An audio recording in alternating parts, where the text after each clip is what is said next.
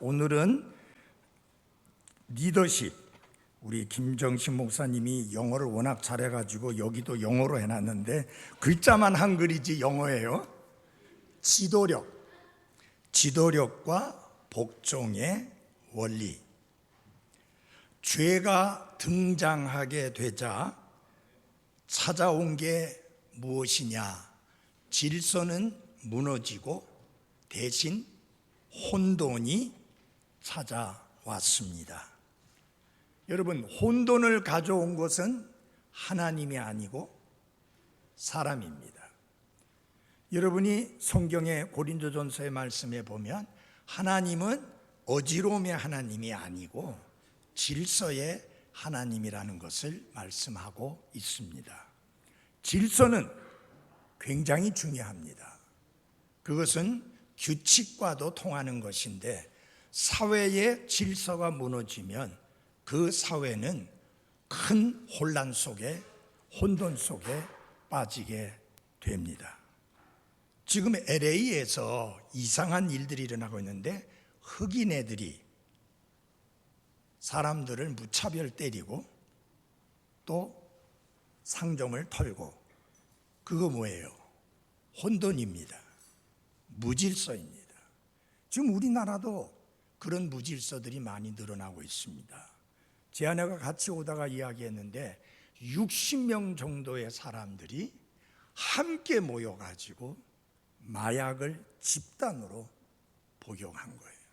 근데 그 사람들이 전부 다 에이즈 걸린 사람들이. 그러면 에이즈가 왜 걸리느냐? 무질서예요. 하나님은 한 남자와 한 여자가 결혼을 해서 한 몸을 이루어서 그들이 성생활을 유지하게 했는데 에이즈에 걸린 사람들 중에 많은 경우는 짐승과 성생활을 하거나 남자가 남자와 더불어 여자가 여자와 더불어 성적인 그런 행위들을 할 때 많이 걸립니다. 뭐예요? 무질서예요. 혼돈이에요. 이 혼돈과 무질서가 어디로부터 왔느냐? 죄로부터 왔습니다. 그 죄는 하나님께서 아름답게 창조하셔서 하나님이 보시기에 좋았다라고 하는 그 말씀을 완전히 무색하게 하는 아담과 이브의 범죄로 인하여 이 세상에 혼돈이 들어오게 된 것입니다. 그래서 하나님께서는 다시 규칙을 도입하심으로 인해서 질서를 세우게 했습니다. 여러분, 처음에 하나님께서 세우신 규칙이 있죠. 그건 뭐예요? 선악을 알게 하는 나무의 열매를 결코 뭐예요? 먹지 말라. 그거 하나님이 주신 규칙이었습니다. 그 규칙을 어겼고 하나님이 이브를 아담에게 주실 때에 어떤 사람으로 주셨습니까? 배필로, 돕는 자로, 헬프 밋, 돕는 자로 주셨습니다. 그런데 여러분이 알다시피 이브가 돕는 자의 역할을 했어요? 무너뜨리는 자의 역할을 했어요? 무너뜨리는 자의 역할을 했어요. 하나님이 먹지 말라고 금하신 그 열매를 자신도 먹었을 뿐만 아니라 먹지 말라는 명령을 직접 받은 아담에게도 주어가지고 아담으로 하여금 먹게 했습니다. 완전히 그것은 뭐냐? 무질서입니다. 물론 아담에게 책임이 있죠. 먹지 말라고 명령을 받은 것은 아담이었고 당연히 아담은 이브가 자신에게 건네주었다 할지라도 먹지 않아야 될 뿐만 아니라 뭐라고 했어야 됐겠어요? 왜 하나님이 먹지 말라고 금한 것을 먹었느냐라고 추궁했어야 되는데 그만 아담은 먹고 말았죠. 그래서 혼돈이 오게 되었는데 이제 하나님께서 가정도 그렇고 교회도 그렇고 나라도 그렇고 사회도 그렇고 모든 것에 질서가 있어야 되는 것을 아시기 때문에 규칙을 주시게 되었는데 그 규칙이 무엇이냐? 가정에서 지도자가 있어야 되고, 또 사회에서도 지도자가 있어야 되고, 교회에서도 지도자가 있어야 된다. 그래서 지도력이 있어야 되고, 거기에 따르는 복종이 있어야 질서가 회복되어지고 하나님의 규칙이 굳게 서게 되는 것입니다. 자, 먼저 에덴 동산에서 하나님께서 그들을 쫓아내시기 전에 말씀하신 겁니다. 창세기 3장 16절에 보면은, 읽진 않겠습니다. 거기 보면은 하나님께서 여자에게 하신 말씀입니다. 너의 열망이, 너의 사모함이 내 남편에게 있겠고 라고 이렇게 말씀을 했습니다. 자, 여러분, 이건 무엇을 말하느냐 하면은 결코 여자가 가정에서 지도자가 되어서 남자를 좌지우지하는 일이 있어서는 안 된다라고 하는 것입니다. 이분은요, 나중에 지음을 받고 돕는 자로 지음을 받았는데 돕는 자의 역할을 한 게 아니라 오히려 남편을 다스리는 것과 같은 역할을 해서 범죄케 했잖아요. 여러분 보십시오. 자기가 먹고, 분명히 그는 아담에게서부터 먹지 말라는 말을 전달받았을 것입니다. 먹었고 그 다음에 남편에게 주어서 남편 아담도 먹게 했습니다. 여러분, 오늘날도 마찬가지 아니에요? 아내가 남편에게 먹으라 하면 먹는 경우가 참 많습니다. 여러분들 모르겠습니다만 제가 먹으려고 하는 의지가 전혀 없는데 제 아내가 먹으라고 하면 처음에는 괜찮아 그러다가 또 먹으라고 하면 결국 먹어요.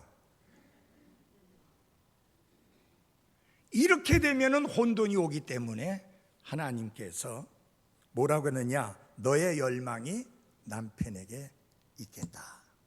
그 다음에 그가 너를 어떻게 다스릴 것이다. 그것은 주인이 종을 다스리듯이 그렇게 다스리는 것을 의미하는 것이 아니고, 가정의 지도력이 남편이 행사하게 될 것이다 라고 하는 것입니다. 여러분, 이 지도력만 주어졌다고 해서 좋은 건 아니에요. 예를 들어서 목사에게 지도력이 주어졌습니다. 그래서 때로는 목사가 여러분에게 이렇게 하십시오, 저렇게 하십시오 라고 말할 때가 있습니다. 와, 좋겠다, 목사님은 이렇게 하라 저렇게 하라 할 수도 있으니까. 그러나 여러분 한 가지 아셔야 돼요. 그렇게 지도력이 주어졌으면 그 다음에 하나님 앞에서 계산을 해야 되는 책임이 부여되었습니다. 하나님과 계산해야 돼요. 여러분과 계산하는 게 아니라 하나님과 계산해야 돼요. 그래서 하나님 앞에서 계산할 자와 같이, 회개 보고를 할 자와 같이 목회를 해야만 하는 것이죠. 그러면 왜 그런 지도력을 주셨느냐? 질서입니다. 지도력이 무너지면 모든 질서는 무너질 수밖에 없습니다. 가정에서 이렇게 하나님께서 주신 질서를 보면은, 아내들아 너희 남편에게 복종하기를 누구에게 하듯 하라? 주께 하듯 하라. 여기에서 그냥 아내들아 너희 남편에게 복종하라 그것만 하고 끝나면은 조금 혼란이 올 수 있는데, 주께 하듯 하라. 여러분, 여러분이 주님께 복종하는 게 짐이고 부담이고 힘들고 어려운 거 아니지요? 별로 아니네. 아니지요? 예, 정상적인 그리스도인의 삶을 사는 그리스도인이라면 주님께 복종하는 것이 기쁘고 즐거운 일입니다. 그것처럼 아내가 남편에게 복종하는 것이 즐겁고 기쁜 것이 돼야 하는 것입니다. 그리고 남편이 아내의 뭐라고요? 머리다 라고 말씀했습니다. 여기에서 복종이라는 말을 오해하시지 말기를 바랍니다. 그것은 아내가 남편보다 열등한 사람이니까, 남편이 훨씬 우월한 사람이니까 남편에게 복종하라, 그런 의미의 말씀은 결코 아닙니다. 진정한 성경적인 복종은 마치 성자 하나님과 성부 하나님 사이의 관계와 같은 것입니다. 예를 들어서 예수 그리스도께서 아버지께 복종하셨습니다. 그렇다고 해서 예수 그리스도가 아버지 하나님보다 모자라는 열등한, 여호와의 증인들이 말하는 대로 두 번째 하나님은 될지언정 첫째 하나님은 안 된다라고 하는 그런 말은 결코 아닙니다. 예수님은 아버지는 나보다 크시니라라는 말씀도 했지만, 또한 아버지와 나는 뭐라 그랬어요? 하나이니라 라고 말씀을 하셨습니다. 그래서 예수 그리스도와 아버지 하나님과의 관계에서의 복종이라고 하는 것은 사역에 맡은 부분이 각각 다르기 때문입니다. 자, 성자 하나님께서는 이 땅에 구원자로 오셨습니다. 아버지는 성자 하나님을 이 땅에 육신을 입은 하나님으로 보내셨습니다. 그분은 십자가 위에서 죽으심으로 온전한 구원의 역사를 이루셨죠.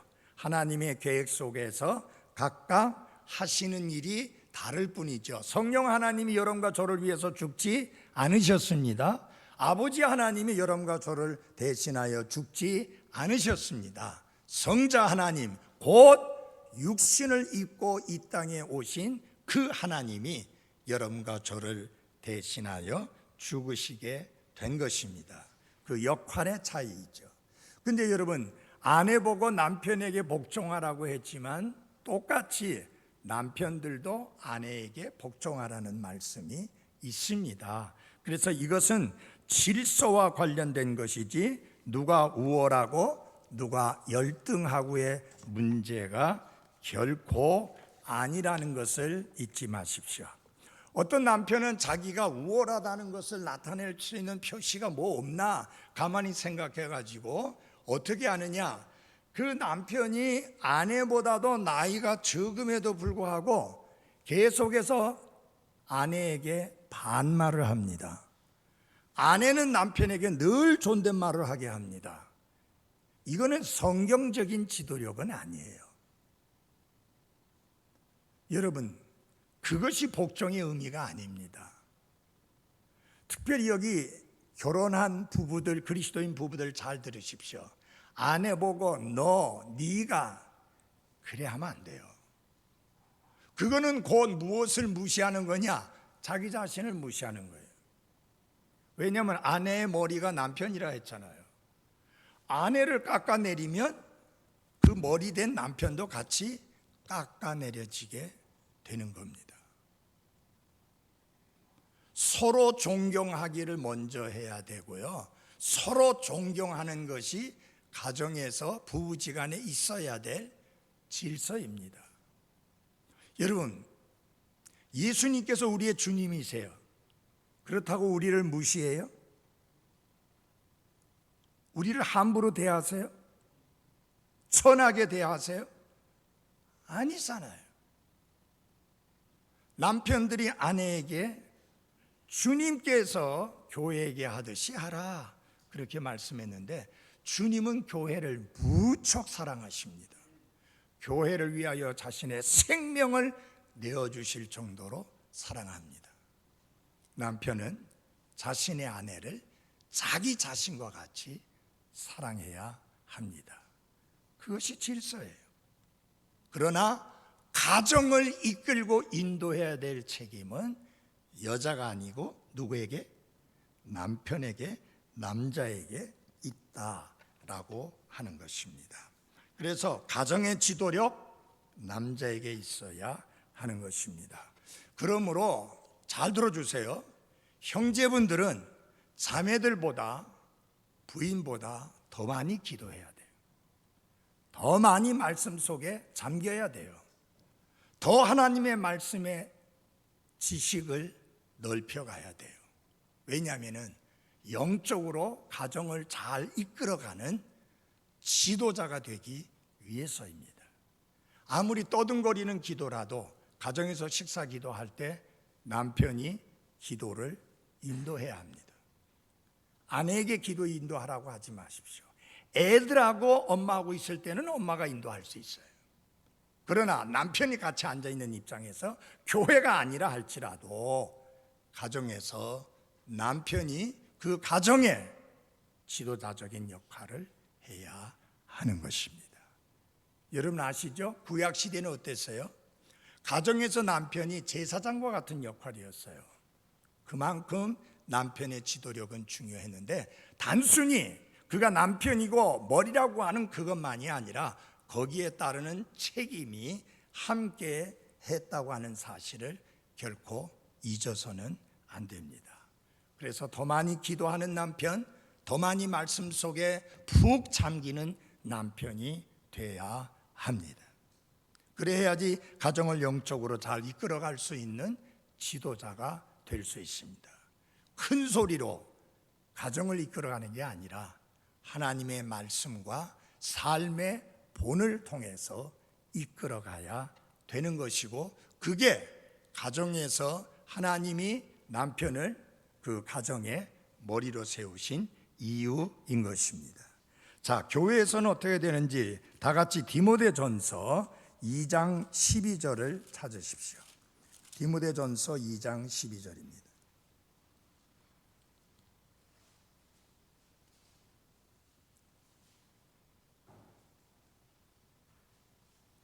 자, 11절부터 제가 읽겠습니다. 여자는 전적으로 복종하며 조용히 배울지니라. 오직 나는 여자가 가르치거나 남자에게 권위를 행사하는 것을 허락하지 아니하노니 다만 조용할지니라. 이것은 지금 교회 안에서의 여자들의 위치와 관련해서 말씀하신 내용입니다. 아주 중요한 내용이에요. 여자들은 남자에게 권위를 행사하지 뭐예요? 말아야 한다. 그리고 그 이유가 13절과 14절에 나왔는데, 이 말을 오해하지 마십시오. 이건 교회 안에서요, 밖에서 여자 사장 있으면 안 된다, 그 말 아니에요. 교회 안에서 남자에게 권위를 행사하지 말아야 한다. 13절에 그 이유가 나옵니다. 이는 아담이 먼저 지어지고 그 뒤에 이브가 지어졌으며 첫째는 창조의 순서 때문이다. 두 번째 결정적인 내용이 나오는데 14절에 또 아담이 속지 아니하고 여자가 속아 범법 가운데 있었기 때문이니라. 한마디로 말해서 여자들이 남자에게 권위를 행사하지 말아야 된다는 것은 교회 안에서 여자들의 역할을 결정하는 지도 원리입니다. 여러분에게 물어볼 거예요. 저희 교회에서 헌금 기도를 인도하는 것이든지 개회 기도를 인도하는 것이든지 폐 기도를 인도하는 것이든지 자매님들이 기도 인도하는 거 보신 적 있나요? 오늘 뭐 잘못 잡수셨어요? 그거 본 적 있어요? 왜 그러느냐? 기도를 인도하게 될 때 그분이 대표로 기도하는 거예요. 한 사람이 기도하지만 그것이 우리 모두의 기도예요. 근데 때로는 어떤 사람이 대표 기도를 인도하는데 끝에 가서 아멘 하기가 어려울 때가 있어요. 그분의 기도의 내용이 성경적이 아니에요. 말씀과 일치가 안 돼요. 우리 교회에서는 그런 일이 없었는데 딴 교회에서 기도하는데 도저히 아멘을 못 하겠어요. 그래서 아멘 안 했죠. 왜냐하면 그건 내 기도가 아니에요. 내가 아멘하고 동의할 수가 없어요. 교회 안에서는 여자분들이 대표로 기도를 인도하는 것은 합당치가 않습니다. 다시 한번 말씀드립니다. 여자가 남자보다 못하기 때문이 아니다. 하나님이 정하신 질서 때문이다 라고 하는 것을 말씀을 드립니다. 저는 찬양대를 지휘할 만한 사람이 없었을 때 형제를 선택을 해서, 그야말로 음악에 무지한 사람인데 형제를 선택해서 그 손을 붙잡고 지휘하는 법을 연습시키고 가르쳐서 그 형제가 찬양대를 지휘하게 했습니다. 자매 중에는 음악을 전공한 사람도 있었고 잘할 수 있는 사람이 있었습니다. 그렇지만 왜 그렇게 했느냐? 하나님께서 교회 안에서 여자가 남자에게 권위를 행사하는 것을 허락지 않았기 때문입니다. 그래서 저는 다른 교회 가서 그런 모습을 보면 이야기를 합니다. 아무개 목사, 왜 형제에게 지휘를 맡기지 않냐고 자매가 하느냐? 그러면 이렇게 이야기합니다. 전문한 사람이 없는데 저분은 음대 출신이고 전문하신 분입니다. 전문한 사람이 중요하지 않다. 하나님의 말씀에 정하신 질서가 중요하다. 물론 그 전문한 사람에게 그렇게 맡기면 어떻게 되겠어요? 그 사람은 기분이 좋아서 열심히 잘 나올 수는 있지만 성경은 아니에요. 여기 자매가 앞에 서가지고 찬양 인도하고 그 다음에 대표 기도도 하고 그렇게 하는 것은 무질서예요. 성경적으로 바람직하지 않습니다. 다시 한번 말씀드립니다. 자매님이 형제보다 못하기 때문이, 열등하기 때문이 아닙니다. 하나님이 정하신 질서 때문에 그렇습니다. 자, 침례교회 안에서 여자들에게 주어진 제약들, 신약 성경은 교회 생활과 말씀 증언에 관하여, 말씀 선포에 관하여 여자들에게 다음의 제약을 두고 있습니다. 첫 번째, 여자들은 목사로 섬길 수, 큰 소리로 어떻게 해요? 없습니다. 우리 자매님들만 하겠습니다. 여자들은 목사로 섬길 수, 왜요? 너무 마음에 안 들어서 큰 소리로 안 해요? 다시, 여자들은 목사로 섬길 수 없습니다. 이거는 김희용 목사가 정한 게 아니에요. 왜 그렇습니까? 디모데전서 2장 12절에 보니까 여자가 가르치거나, 그렇죠?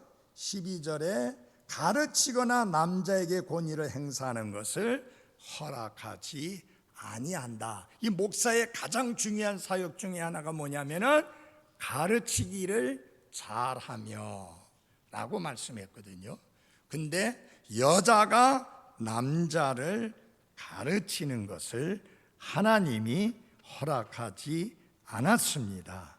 에베소서 4장 11절에 보면은 목사들이 바로 곧 교사들입니다. 개역성경에는 목사와 교사로 세우셨으니 라고 해서 목사와 교사가 따로 있는 것처럼 그렇게 말하고 있지만, 우리 흠정역 성경에는 뭐라고 말씀했느냐? 제가 시간이 없어서 그냥 읽어드릴게요.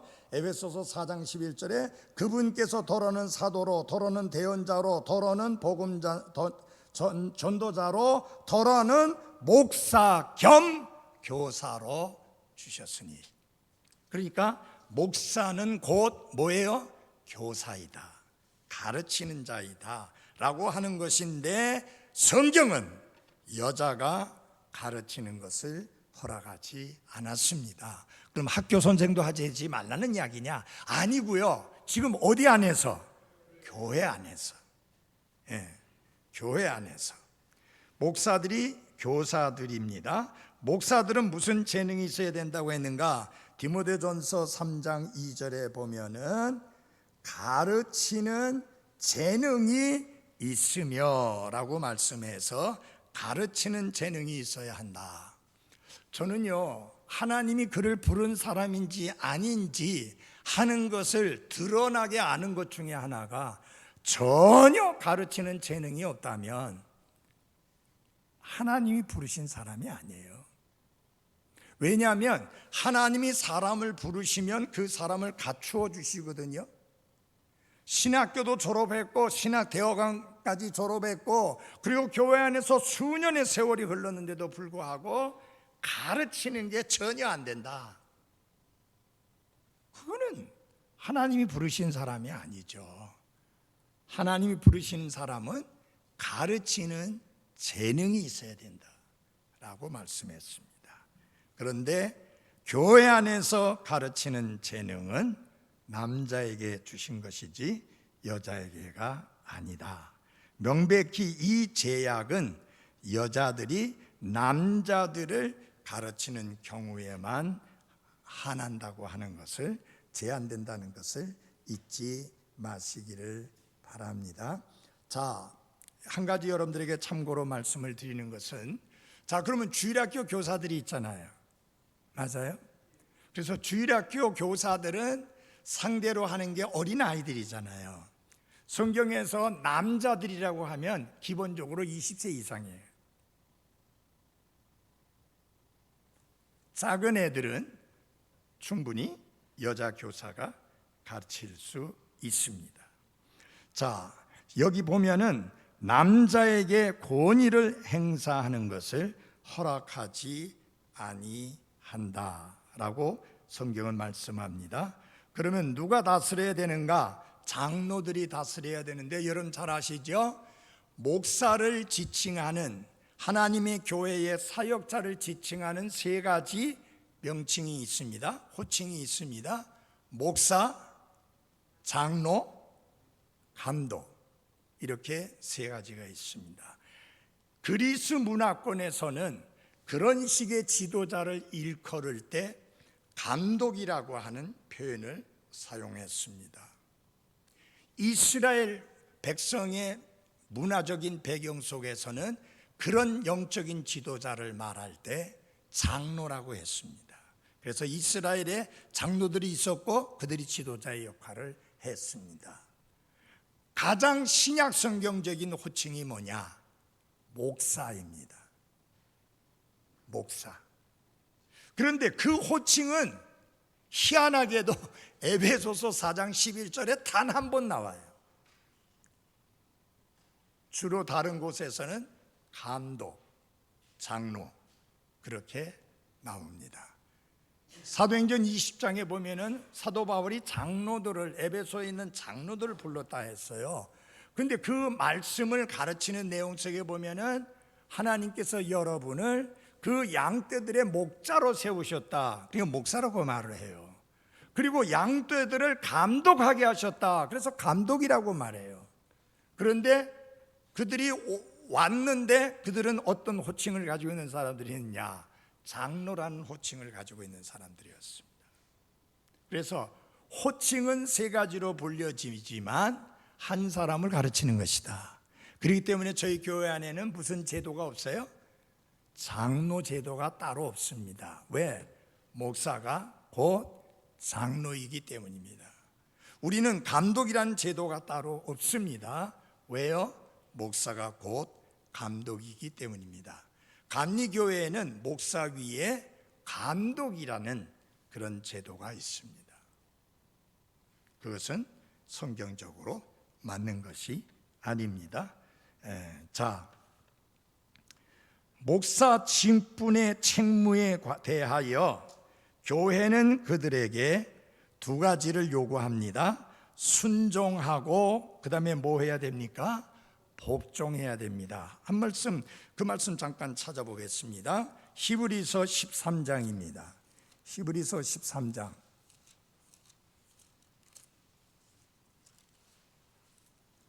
히브리서 13장 7절 먼저 보겠습니다.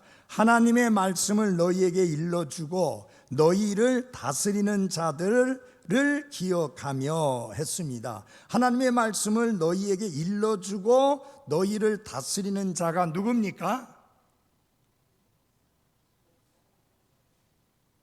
왜요? 대답하기 싫어요? 누구예요? 목사예요. 목사. 뭐 하라고 그랬어요? 기억하며 그들의 행실의 결말을 깊이 살펴보고 그들의 믿음을 따르라. 여기서 보면 중요한 게 나와요. 그들의 행실의 결말을 깊이 살펴보라. 요 사이 계속 시끄럽게 나오는 것 중에 하나가 정명석이잖아요. 죽일 놈이에요 진짜. 어떻게 그렇게 사악한 사람일 수 있을지 상상이 안 돼요.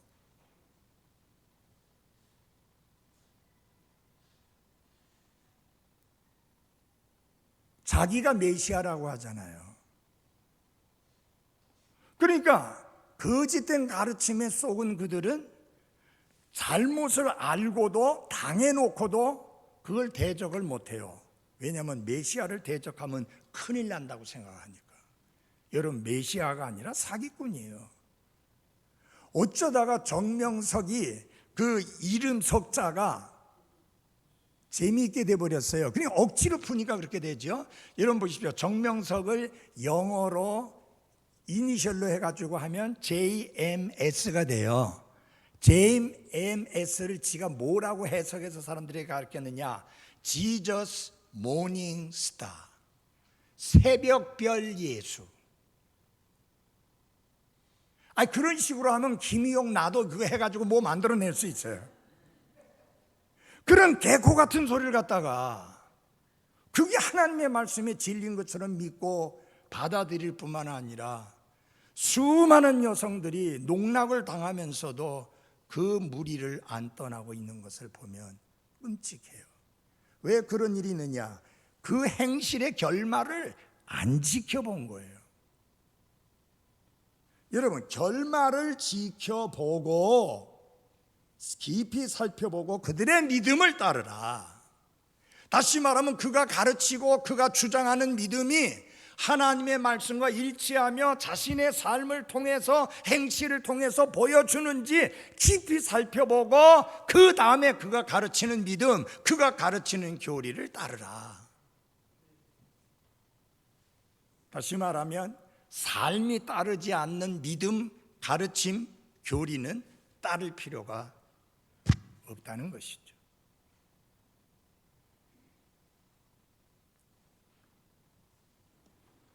자, 그러면서 17절에 이렇게 말씀했습니다. 너희를 다스리는 자들에게 순종하고 복종하라. 그들은 마치 자기가 회개 보고할 자인 것 같이 너희 혼을 위해 깨어있나니 그들이 기쁨으로 그것을 하게 하고 근심으로 하게 하지 말라. 그것은 너희에게 유익을 주지 못하느니라.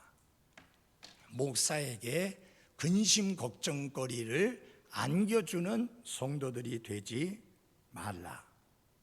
여러분 자신의 유익을 위해서 그렇게 합니다. 왜냐하면 목사는 하나님께 회개 보고해야 할 자와 같이 사역을 하고 있기 때문입니다. 자, 그 다음에 남자가 감독의 직무를 사모하면 이라고 디모데전서 3장 1절에 말씀했고요. 여자에게는 불가능한 일입니다. 이게 개역 성경에는 뭐라고 되느냐? 사람이라고 했어요. 여러분, 자매님도 사람 맞죠? 아니에요? 맞잖아요. 그 사람이 감독의 직분을 사모하면 하니까 거기 남녀 구분이 있어요, 없어요? 없어버리잖아요. 근데 영어 성경엔 분명히 a man이에요. 남자예요. 그래서 남자만이 감독의 직무를 감당할 수 있고 여자들에게는 불가능한 일이다. 이 중요한 거 좀 잘 보십시오. 여자를 열등하게 하나님이 말씀하셔서 그런 게 아니고 하나님이 정하신 질서가 그래요. 남자가 감독의 사역을 하게 하신 것이 하나님의 질서예요. 그래서 이게 아주 중요한 게 하나님의 질서인데, 오늘날 교회들 안에 가장 크게 무너진 것이 뭐냐면 하나님이 정하신 질서예요. 이거 상관없어요. 완전 무시해요. 그래서 편한 대로, 좋은 대로, 마음대로 하는 거예요. 성경이 없다 해도 상관 안 해요. 하나님이 정하신 질서를 너무 무시해버려요. 그러나 여러분, 우리는 하나님이 정하신 질서를 혼란스럽게 해서는 안 됩니다. 자, 그 다음에 보면 디모데전서 3장 2절에 감독은 한 아내의 뭐 해야 된다? 남편이어야 된다라고 말씀했습니다. 그 말은 뭐가 안 된다는 말이에요. 여자에게는 불가능한 일이다 라고 하는 것입니다. 물론 동성연애하는 자들이 동성결혼까지 하면서 뭐라고 말합니까? 이 사람은 내 남편입니다 라고 하는데 여자예요.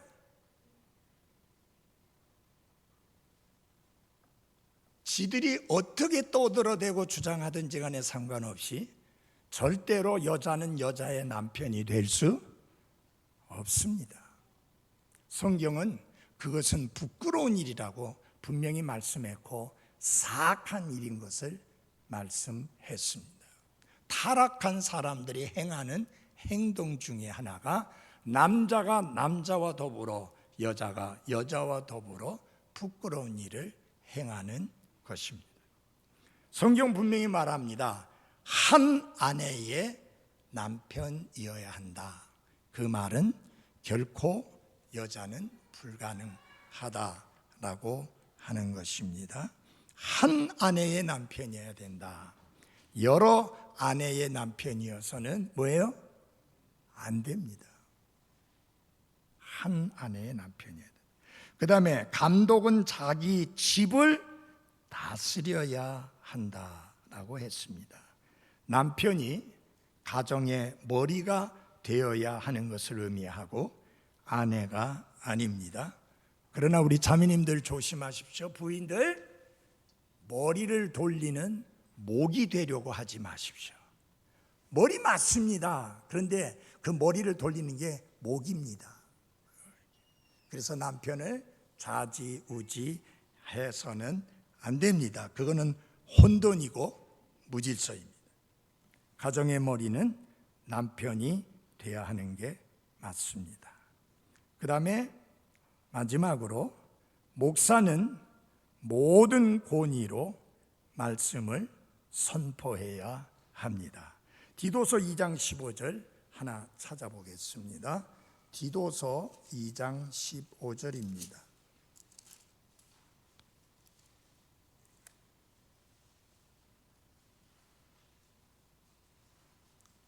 이것들을 말하고 권면하며 모든 권위로 꾸짖고 아무도 너를 업신여기지 못하게 하라.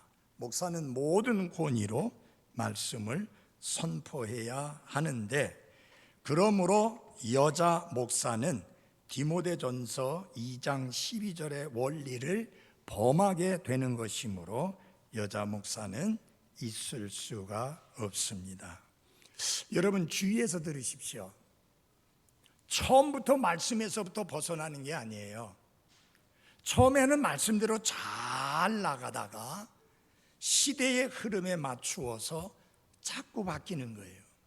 여러분, 시대의 흐름은 바뀌게 되어 있습니다. 시대가 200년 전이나 100년 전이나 지금이나 똑같이 흐르고 있지 않아요. 정말 굉장히 빠른 속도로 바뀌고 있습니다. 그런데 한 가지 아셔야 됩니다. 하나님의 말씀은 변하지 않습니다. 하나님의 말씀은 2000년 전이나 지금이나 똑같습니다. 그 원리 바뀌지 않습니다. 만약에 우리가 성경대로 산다는 것이 상황을 가지고 와서 오늘의 상황에 갖다가 맞추어 가지고 그렇게 해야 된다고 하면 바뀔 수밖에 없어요. 그러나 우리는 상황을 가져오는 게 아니라 원리를 가져와서 그 원리를 생활 속에 실천하는 것입니다. 그 원리는 영원 불변입니다. 그래서 여자들은 복음을 선포하는 교회 개척자로서의 복음 전도자가 될 수는 없습니다.